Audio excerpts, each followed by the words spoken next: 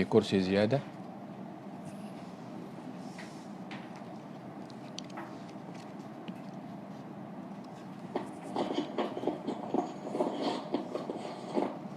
في كرسي زيادة.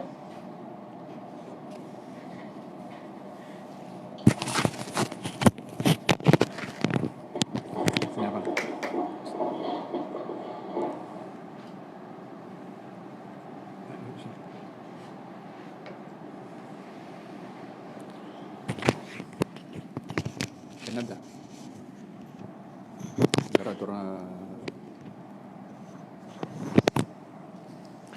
بسم الله الرحمن الرحيم. الحمد لله رب العالمين، والصلاة والسلام على أشرف الأنبياء والمرسلين سيدنا محمد وعلى آله وصحبه ومن سار على دربه إلى يوم الدين، وعلينا معهم فيهم برحمتك يا أرحم الراحمين. ربي اشرح لي صدري ويسر لي أمري واحلل عقدة من لساني يفقه قولي. ربي زدنا علما وارزقنا فهما. اللهم لا سهل إلا ما جعلته سهلا وأنت تجعل الصعب إذا شئت سهلا. الحمد لله.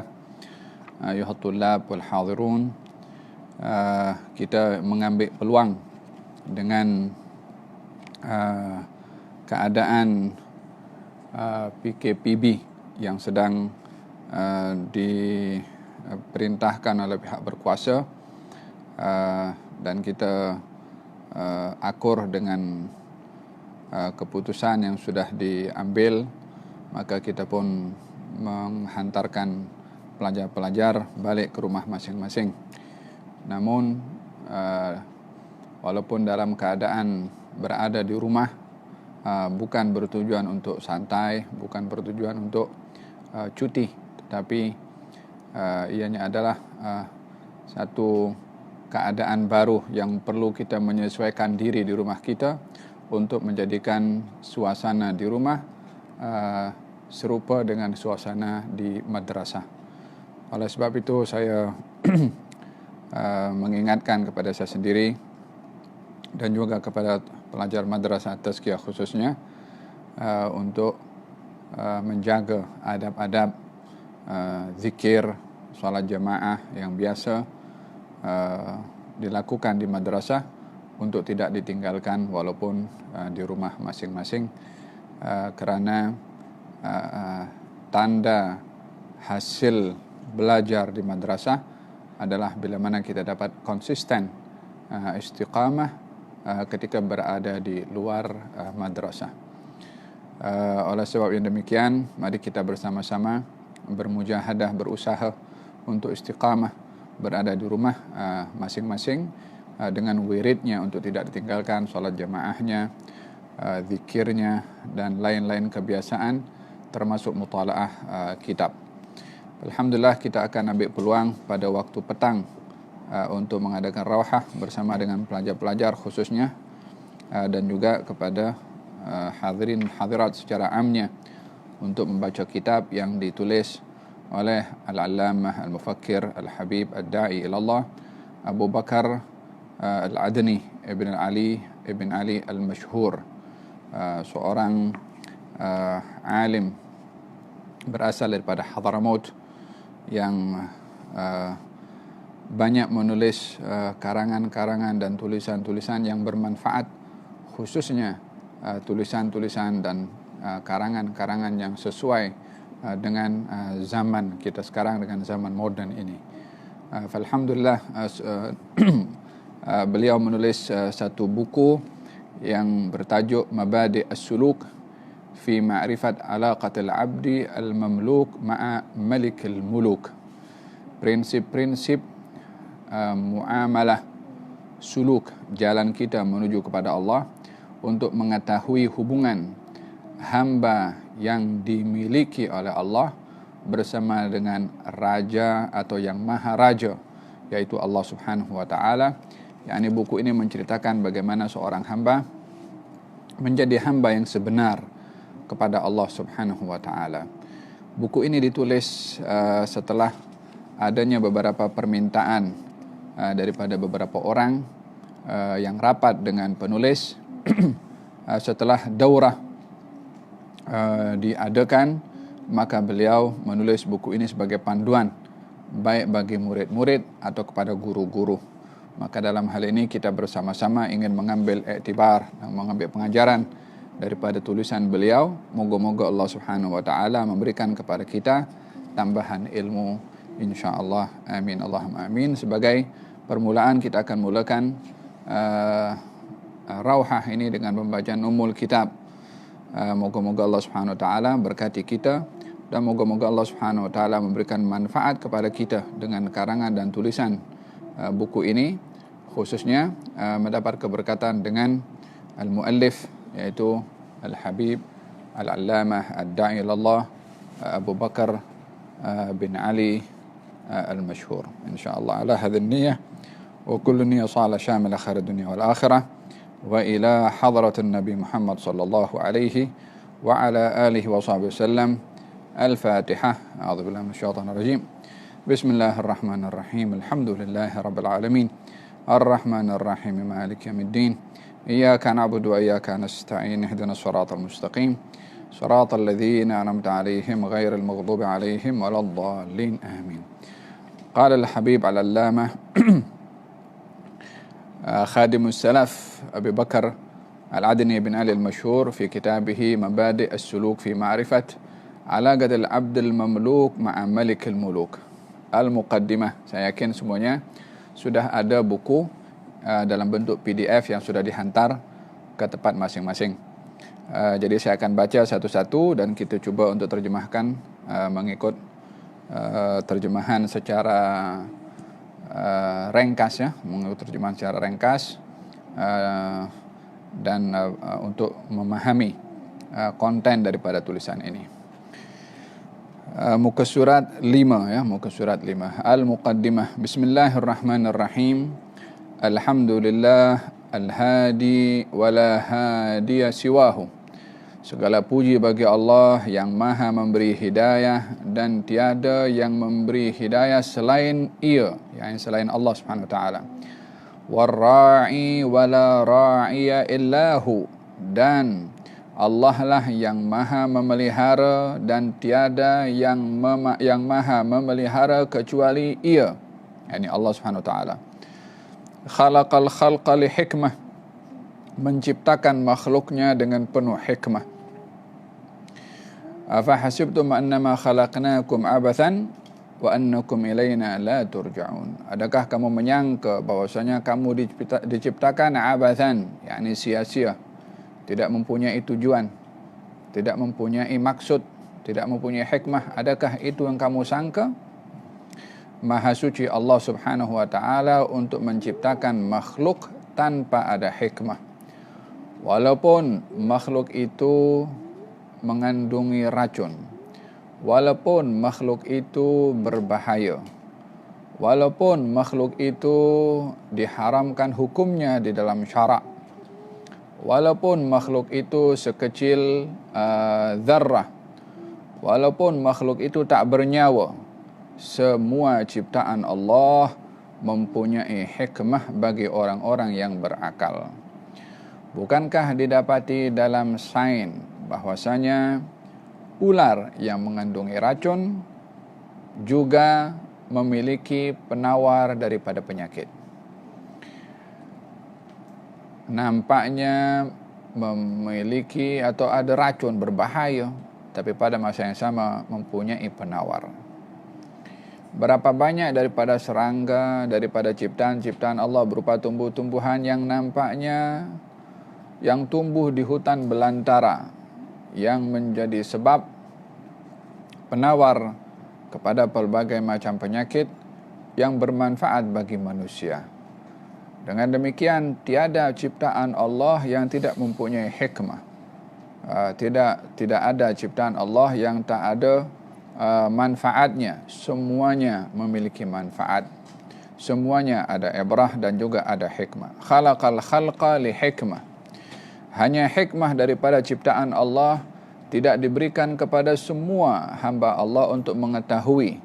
Oleh sebab yang demikian telah kufur sesiapa yang kufur dan telah beriman sesiapa yang beriman. semakin seseorang diberi petunjuk oleh Allah untuk memahami hikmah pada ciptaannya, maka semakin tinggi imannya, maka semakin meningkat keyakinannya kepada Allah Subhanahu wa taala, sehingga membesarkan Allah kepada apa saja yang disaksikan olehnya, walaupun berupa debu ataupun tanah, semua menunjukkan akan kebesaran Allah Subhanahu wa taala. Oleh sebab yang demikian, Sayyidina Ali bin Abi Thalib karramallahu wajhah berkata, afdalul ibadah ibadatut tafakkur. Ibadah yang paling baik itu adalah ibadah bertafakkur. Bertafakkur di sini adalah bertafakkur akan ciptaan Allah Subhanahu wa taala. Oleh sebab yang demikian, setiap apa yang kita tengok, setiap apa yang kita dengar, setiap apa yang kita rasa, yang kesemua itu adalah makhluk Allah Subhanahu wa taala, pastinya mempunyai hikmah. Demikian Allah Subhanahu wa taala maha bijaksana ke atas ciptaannya. Wa ba'atha ilaihim rusulahu wa anbiya'ahu rahmah. Dan Allah telah mengutus kepada umat manusia, kepada seluruh makhluk, rasulnya dan para nabinya sebagai rahmat. Para nabi dan rasul diutus oleh Allah sebagai rahmat untuk khususnya al-mukallafin, untuk orang-orang makhluk-makhluk yang diperintahkan oleh Allah untuk beriman, yang kalau tidak beriman akan dihukum dan diazab oleh Allah. Maka diutusnya para nabi dan juga para rasul membawa rahmah karena memberi petunjuk kepada umat manusia, kepada jin juga, untuk beriman kepada Allah, yang dengan beriman mereka akan selamat. Keberadaan para nabi, diutusnya para nabi membawa ajaran, membawa risalah, yang dengan risalah dan ajaran itu al-mukallaf, jin dan manusia, akan tahu cara beribadah kepada Allah, akan kenal kepada Allah Subhanahu wa taala. Maka para nabi diutus oleh Allah untuk menjadi pembimbing, untuk menjadi pemandu, untuk menjadi pemberitahu kabar gembira dan peringatan kepada mukallaf yang diberikan keistimewaan oleh Allah dengan akal fikiran, di mana para nabi membawa risalah, yang risalah itu sesuai dengan akal fikiran yang diberikan oleh Allah kepada makhluk manusia dan juga al-jin. Wa ba'atha ilaihim rusulahu wa anbiya'ahu rahmah. Allah mengutus kepada para makhluk, jin dan juga manusia, khususnya rasul-rasulnya, nabi-nabinya sebagai rahmat. Untuk apa para rasul dan nabi itu diutus oleh Allah? Liyaqumu bi amril khilafati 'ala al-wajhi alladhi yurdihi. Agar supaya mereka para nabi melaksanakan perintah khilafah di atas muka, menjalankan perintah khilafah mengikut ajaran yang diridhai oleh Allah Subhanahu wa taala. Naam, berbicara tentang khilafah akan terbagi kepada dua bahagian. Ada khilafatul zahir, ada khilafatul batin. Khilafah zahir adalah khilafah kepimpinan yang bersifat kekuasaan, yang ianya adalah terbentuk setelah khilafah al-batin. yakni khilafatul zahir terkemudian berbandingkan kepada khilafatul batin. Khilafatul batin yang dimaksudkan adalah menjalankan perintah Allah dan juga meninggalkan yang dilarang oleh Allah. Khilafatul batin mengajak manusia melakukan apa yang diperintah oleh Allah, mengajak manusia meninggalkan apa yang dilarang oleh Allah. Itu khilafatul batin, berupa melaksanakan perintah atau meninggalkan larangannya, baik terhadap diri sendiri atau kepada orang lain. Itulah hakikat khilafah al-batin. Dengan khilafah inilah Nabi Adam dijadikan oleh Allah Subhanahu wa taala sebagai khalifah. Walaupun ketika itu tidak ada border, tak ada immigration, tak ada sempadan, tak ada republik, tak ada demokrasi, tak ada apa. Yang ada hanya Adam dan Hawa sahaja. Itu pun pada kali pertama pun terpisah. Adam di mana, Hawa di mana. Masa turun tu sudah dilantik oleh Allah Subhanahu wa taala sebagai khalifah, yang ianya adalah merintasi atau melepasi daripada khilafatul zahir, yakni melepasi daripada kekuasaan secara zahir. Kalau kita melihat daripada zaman kita sekarang di atas muka bumi ini ada beratus negara, dan setiap negara ada pemimpinnya, dan setiap negara memiliki wilayah-wilayah tertentu yang dikuasainya, yang tak boleh melepasi daripada wilayah yang lain yang ada pemimpin yang lain. Ini khilafatul zahir, yakni satu sistem kekuasaan di wilayah tertentu dengan undang-undang tertentu yang kita tidak dapat melepasi daripada wilayah yang lain, di mana wilayah yang lain ada kekuasaan dan ada pemimpin sendiri. Namun ketika Nabi Adam diturunkan di atas muka bumi, ketika itu tidak ada negara-negara, tidak ada wilayah-wilayah di atas muka bumi ini, yang ada hanya Nabi Adam sahaja dengan Hawa. Jadi tak ada batasan negeri, tak ada batasan negara, tak ada hubungan diplomatik dengan mana-mana tempat lain. Masa itu sudah menjadi khalifah. Kalau diartikan khilafah itu hanya kepada kekuasaan secara zahir, apa yang dikuasai oleh Nabi Adam pada ketika itu?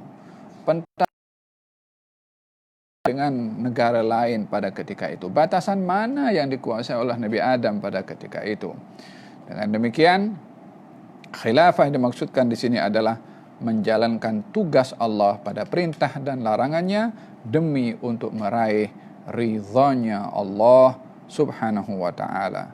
Tugas para nabi adalah untuk melaksanakan khilafah, yakni menjalankan tugas yang diperintahkan oleh Allah subhanahu wa ta'ala untuk mengajak kebaikan, mencegah kepada kemungkaran untuk dirinya dan juga untuk orang lain, mengingatkan kepada manusia supaya beriman kepada Allah. Tujuan mereka adalah ingin meraih ridha dari Allah subhanahu wa ta'ala.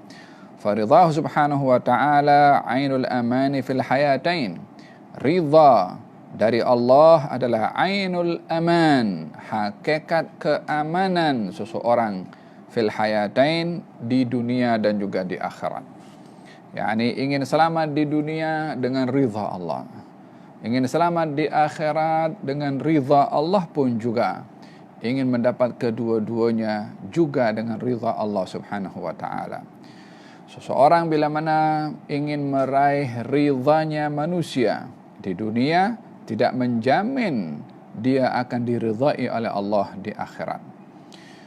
Namun kalau seseorang mencari ridha Allah di dunia, confirm akan dapat ridha Allah di akhirat. Maknanya akan aman di dunia, akan aman di akhirat bila mana diridhai oleh Allah subhanahu wa ta'ala. Oleh sebab yang demikian, mereka para sahabah radhiyallahu anhum wa ardhahum, di dalam imannya kepada baginda Rasulullah sallallahu alaihi wasallam dengan sungguh-sungguh dan ikhlas, Allah subhanahu wa ta'ala berfirman dalam Al-Quran, "Wassabiquna al-awwaluna minal muhajirin wal ansar radhiyallahu anhum wa radu anhu." Wassabiquna al-awwalun minal muhajirin wal ansar walladzina tabauhum bi ihsan. Golongan orang-orang terdahulu dalam iman, kaum muhajirin dan juga kaum ansar, dan orang-orang mengikuti muhajirin dan ansar dengan benar. Apa yang mereka dapat?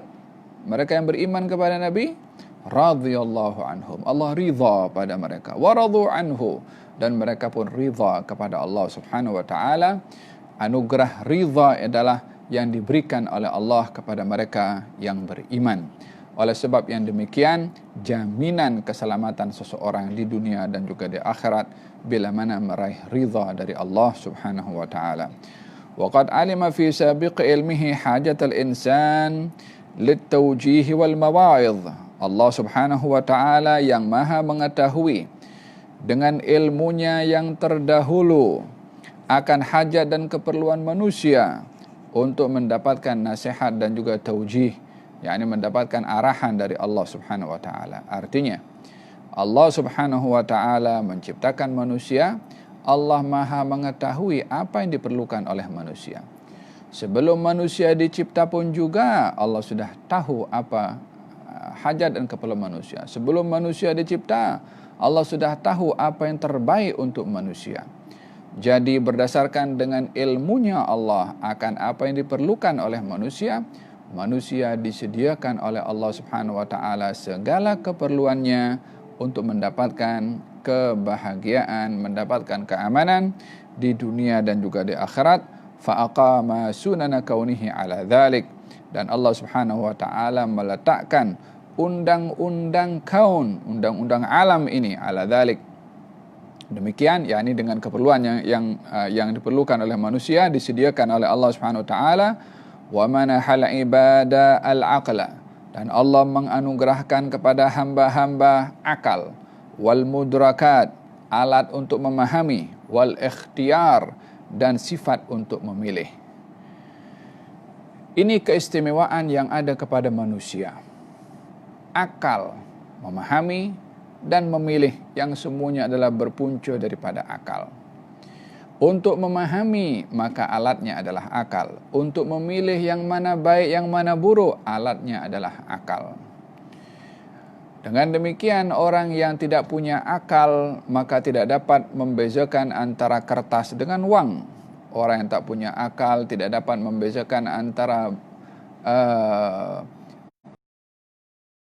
dengan kayu. Orang yang tak punya akal tidak dapat membezakan karena alat untuk memahaminya tidak ada, maka tak dapat tahu mana yang bermanfaat, mana yang mudarat. Oleh sebab yang demikian, akal adalah anugerah terbesar diberikan oleh Allah Subhanahu wa taala kepada manusia. Oleh sebab yang demikian, hal yang dilarang oleh Allah adalah minum khamar atau hal-hal yang serupa. Apa sebabnya? Disebabkan oleh karena itu dapat merosakkan akal fikiran. Dan di antara maqasid syariah yang 5, di antaranya adalah akal. Yang pertama adalah agama, yang kedua adalah nyawa, yang ketiga adalah harta, yang keempat adalah marwah, yang kelima adalah akal. Ini 5 perkara yang dilindungi dalam agama. Oleh sebab yang demikian, akal bahagian penting di dalam syariah untuk dilindungi. Hal-hal yang dapat merosakkan akal, ianya adalah diharamkan oleh syariat kita. Kemudian litudrika ahammiyata wa qadasata ma hunalik, yang mana dengan akal itu seorang hamba akan memahami pentingnya dan murninya apa yang disediakan untuknya nanti di akhirat. yakni seseorang yang diberikan oleh Allah akal fikiran tidak hanya berfikir kepada maslahatnya di dunia sahaja, tidak hanya berfikir masa depan ketika dia akan menjadi somebody, yakni tidak hanya berfikir macam mana berjaya dalam hal keduniaan dan juga tamadun di dunia sahaja. Orang yang diberi akal fikiran oleh Allah adalah berfikir bagaimana berjaya di dunia, berjaya di akhirat. Berjaya di dunia dengan melaksanakan perintah dan meninggalkan larangan Allah. Berjaya di akhirat untuk meraih ridha dan masuk syurga Allah Subhanahu wa taala. Oleh sebab yang demikian, baginda bersabda, al-kayyis, orang yang cerdik pandai, man dana nafsahu wa amila lima ba'dal maut. Orang yang cerdik itu adalah orang yang dia bermuhasabah akan dirinya dan dia berfikir buah yang akan diambil olehnya, akan dipetik olehnya setelah kematian. Ini orang yang cerdik, yang pandai, yang berfikir ketika berada di dunia, berfikir juga ketika berada selepas kematian. Hadza orang yang berakal. Wal jahil orang yang bodoh, man adba'a nafsahu hawaha. Orang yang hanya mengikut hawa nafsunya untuk pergi kemana saja, untuk meraih apa saja, untuk mencapai keinginan keduniaannya. Dia gunakan segala cara untuk mendapatkan publicity, untuk mendapatkan kemasyhuran. Dia gunakan segala cara, tapi tak ada apa-apa manfaat yang boleh didapat olehnya nanti di akhirat. Ini orang bodoh, kata Nabi SAW, walaupun disanjung di dunia, walaupun dipuji di dunia, walaupun mendapat kemasyhuran di dunia, walaupun dinomorsatukan di dunia, namun kalau tidak ada apa yang didapat olehnya nanti di akhirat, maka tiada makna kepada kejayaannya dalam hal keduniaan tadi. Fasaidu, kata beliau Al-Habib Abu Bakar mengatakan, fasaidu man faquha sirran nahyi wal amri. Orang yang bahagia itu adalah orang yang memahami rahasia larangan dan perintah dari Allah. memahami rahasia larangan untuk ditinggalkan, memahami rahasia perintah untuk segera melaksanakan. Wa akafa ala khidmati maulahu, dan orang yang bahagia itu adalah orang yang dia tetap di dalam berkhidmat kepada Tuhannya dalam berbuat ketaatan, fis sirri wal jahri, baik dalam rahasia atau dalam terang-terang. Tidak berbuat taat hanya depan orang sahaja. Tidak berbuat taat hanya ketika senyap-senyap sahaja. Berbuat taat ketika bersendirian, ketika berada di hadapan orang ramai, tetap melaksanakan ketaatan kepada Allah Subhanahu wa ta'ala dalam segala keadaan. Wasyaqi, orang yang celaka, man adba'a nafsahu hawaha, orang yang hanya mengikut kepada hawa nafsunya, kepada ambisinya, kepada kecenderungan keduniaannya sahaja. Wasa'a binahamin, dan ia berusaha dengan sungguh-sungguh litahgigi raghabatiha, untuk mendapat keinginannya, wa munaha, dan impiannya, yakni dalam hal keduniaan. Orang yang celaka adalah orang yang ikut hawa nafsu dengan sungguh-sungguh untuk mendapatkan hal yang bersifat keduniaan, yang bersifat hawa nafsu sahaja, tak ada kaitan langsung dengan akhirat. Maka apapun yang didapat daripada keduniaan, daripada syahwatnya, daripada keinginannya yang hanya terhad kepada keduniaan, maka dia termasuk orang yang celaka, yang tidak bahagia. Wa taufiq minhu subhanahu wa ta'ala, sesungguhnya taufik adalah ilham, kebaikan yang diberikan oleh Allah kepada seseorang. Wa taufiq minhu subhanahu wa ta'ala, taufik daripada Allah akan diberikan oleh Allah kepada sesiapa yang dikehendaki. Sehingga orang yang diberi taufik oleh Allah Subhanahu wa ta'ala semangat untuk melakukan kebaikan, mampu menghindar daripada kemungkaran yang dilarang oleh Allah. Ini orang mendapat taufik. Kita berdoa, ya man waffaqa ahlal khair lil khair wa a'anahum alaih, wafiqna lil khairi wa a'inna alaih. Wahai Zat yang maha memberi taufik kepada siapa yang dikehendaki untuk berbuat kebaikan, berikanlah kepada kami taufik dan bantulah kami untuk melakukan kebaikan. Wa huwal qail fi kitabih, dialah Allah yang telah berfirman dalam kitabnya, fa alhamaha fujuraha wa taqwaha, dialah Allah yang memberi ilham, taufik. Dialah Allah yang memberi ilham, yakni kepada hawa nafsu, kepada setiap jiwa. Fujuraha wa taqwaha, yakni memberikan penjelasan akan perkara-perkara yang buruk dan perkara-perkara yang baik. Diilhamkan oleh Allah untuk mengetahui perkara yang buruk supaya menghindarkan diri. Diilhamkan oleh Allah kepada hal-hal yang membawa ketakwaan supaya kita terpanggil untuk melakukannya. Oleh sebab itu, Al-Imam Abdullah bin Al-Haddad menuliskan dalam kitabnya Adab Sulukul Murid, yakni Allah Subhanahu wa ta'ala itu sifatnya yaqdhif, yakni meletakkan di hati hambanya law'atal iradah. Law'atal iradah ini sentuhan keinginan untuk berbuat kebaikan. Maka kalau orang dapat itu, maka jangan diabaikan.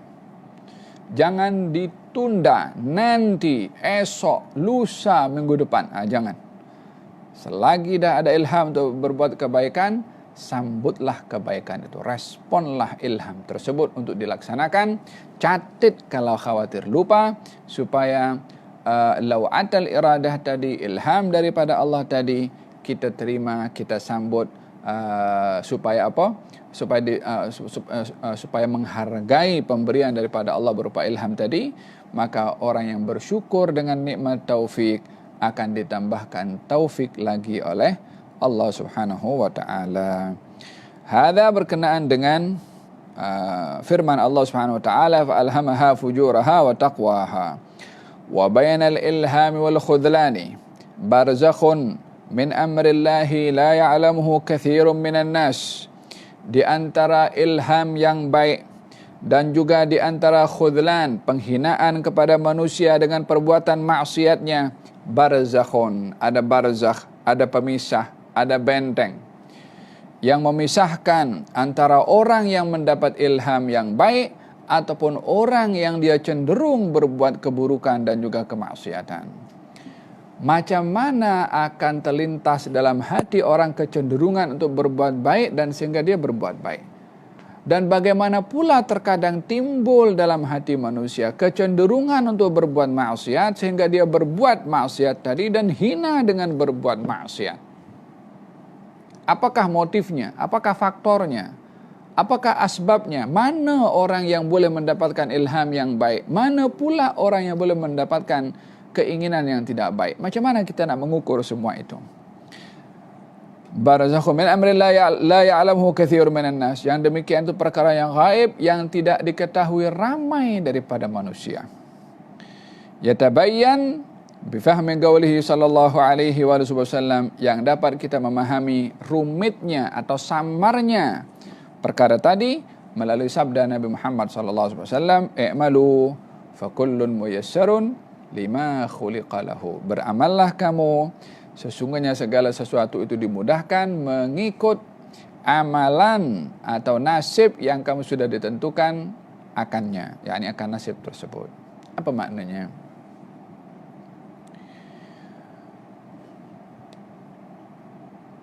Hadis ini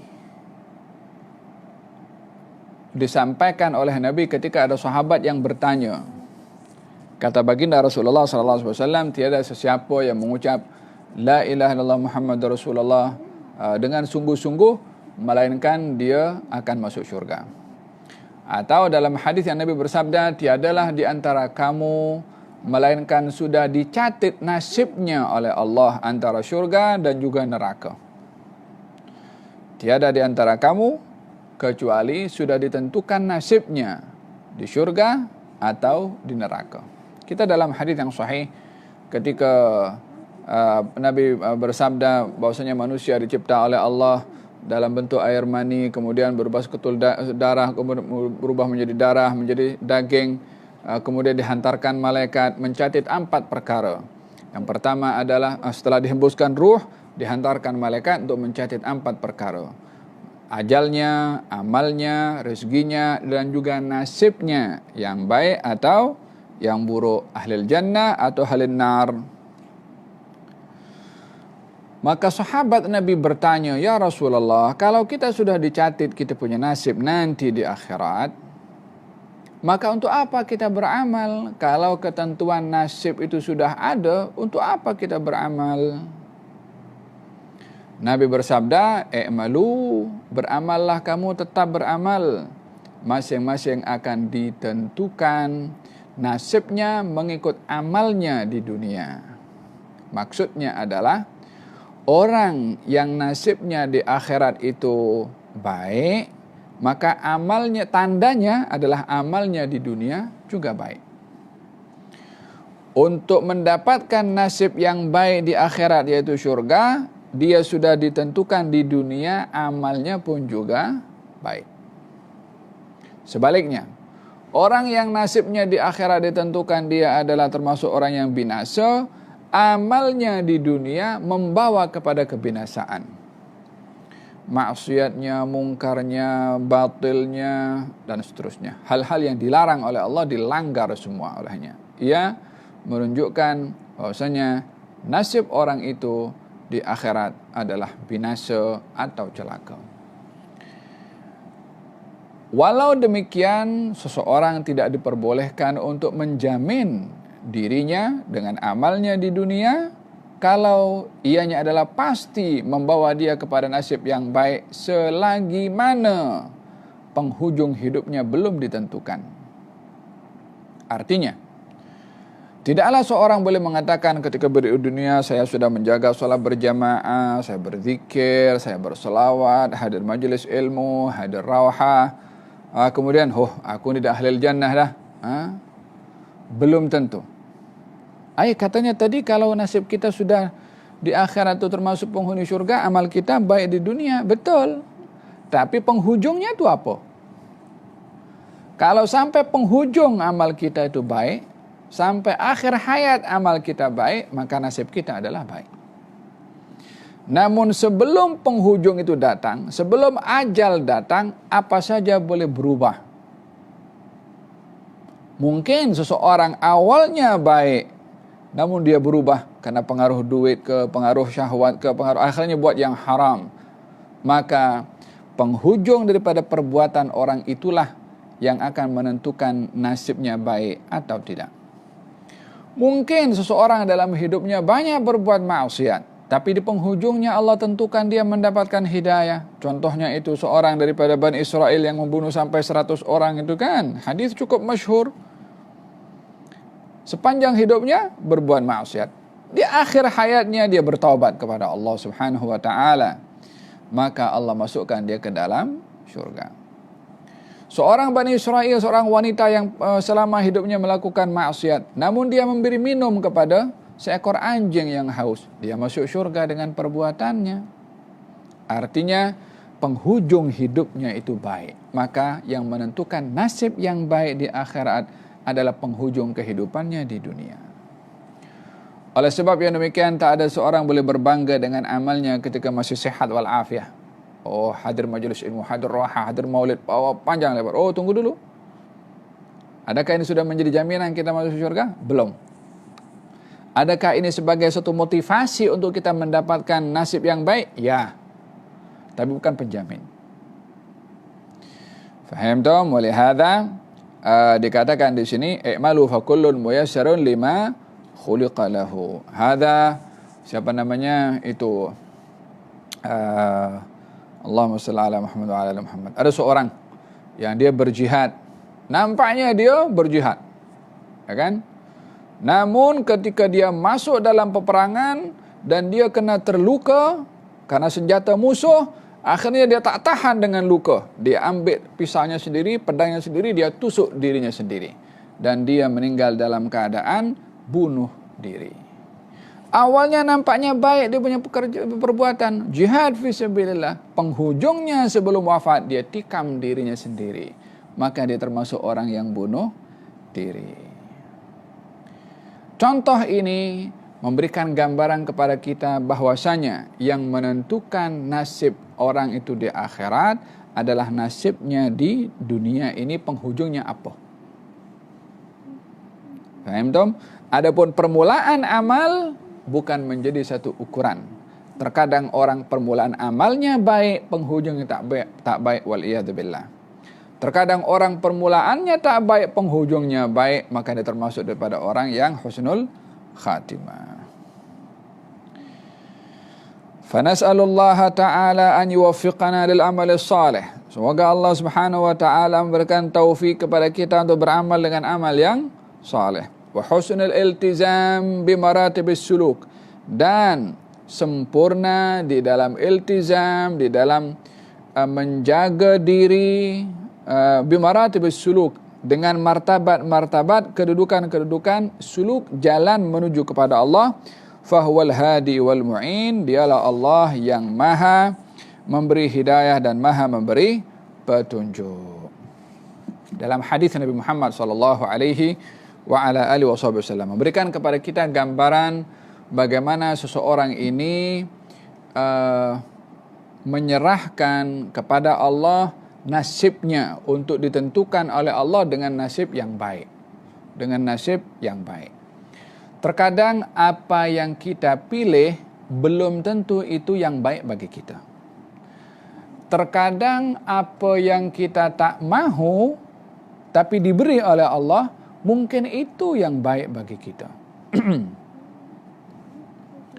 Dengan demikian manusia ini bila mana ditentukan oleh Allah dengan ketentuan tertentu, dengan keadaan tertentu, jangan komplain. Jangan protes.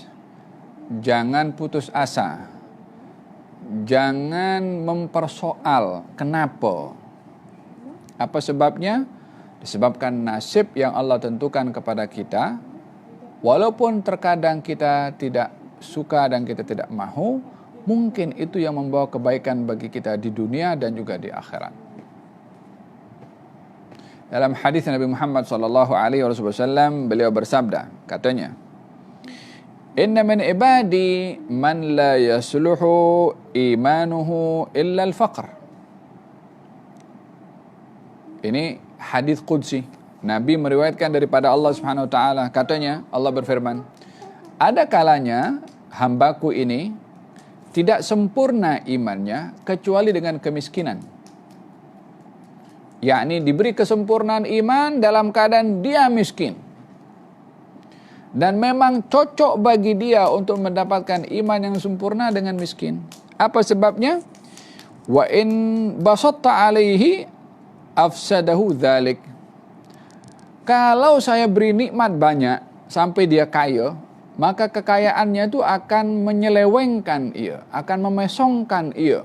Maka rahmatnya Allah tidak memberi kekayaan kepadanya, khawatir menyeleweng dengan kekayaan. Diberikan kemiskinan dengan tujuan supaya sempurna iman.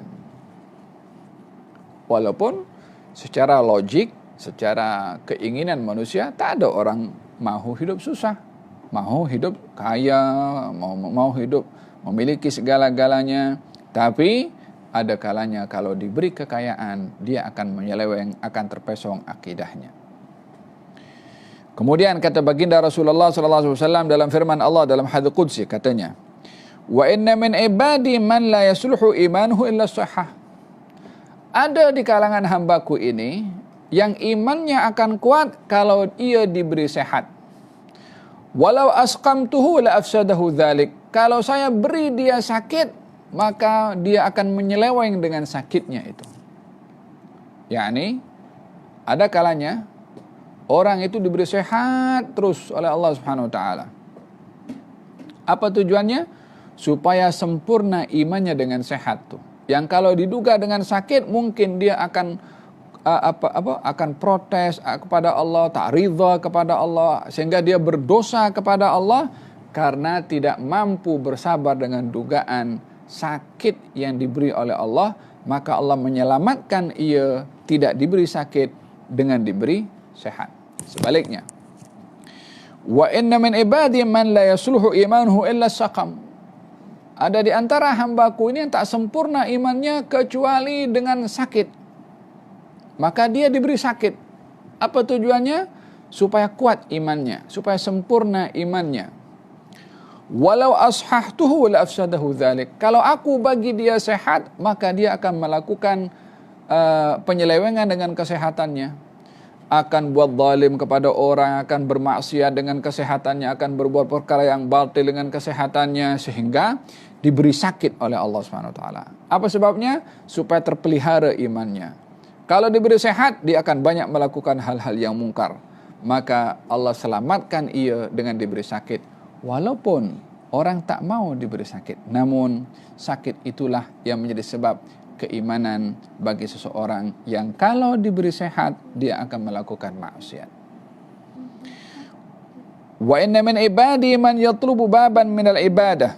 Ada di antara hambaku juga yang bersungguh-sungguh untuk beribadah. Fa akufuhu anhu. Namun aku halang dia untuk banyak beribadah. Terkadang orang pun susah untuk banyak beribadah. Kenapa dihalang oleh Allah SWT? Kai la yadkhuluhu al-ujub. Supaya orang itu tidak merasa bangga.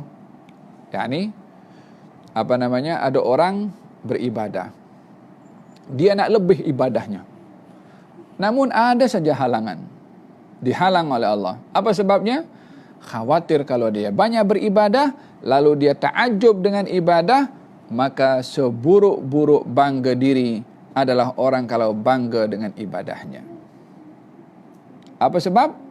Yang menyebabkan iblis itu terusir daripada syurga adalah bangga diri dengan ibadah. Orang kalau bangga dengan harta, bangga dengan kedudukan, tak lebih buruk daripada bangga dengan ibadah.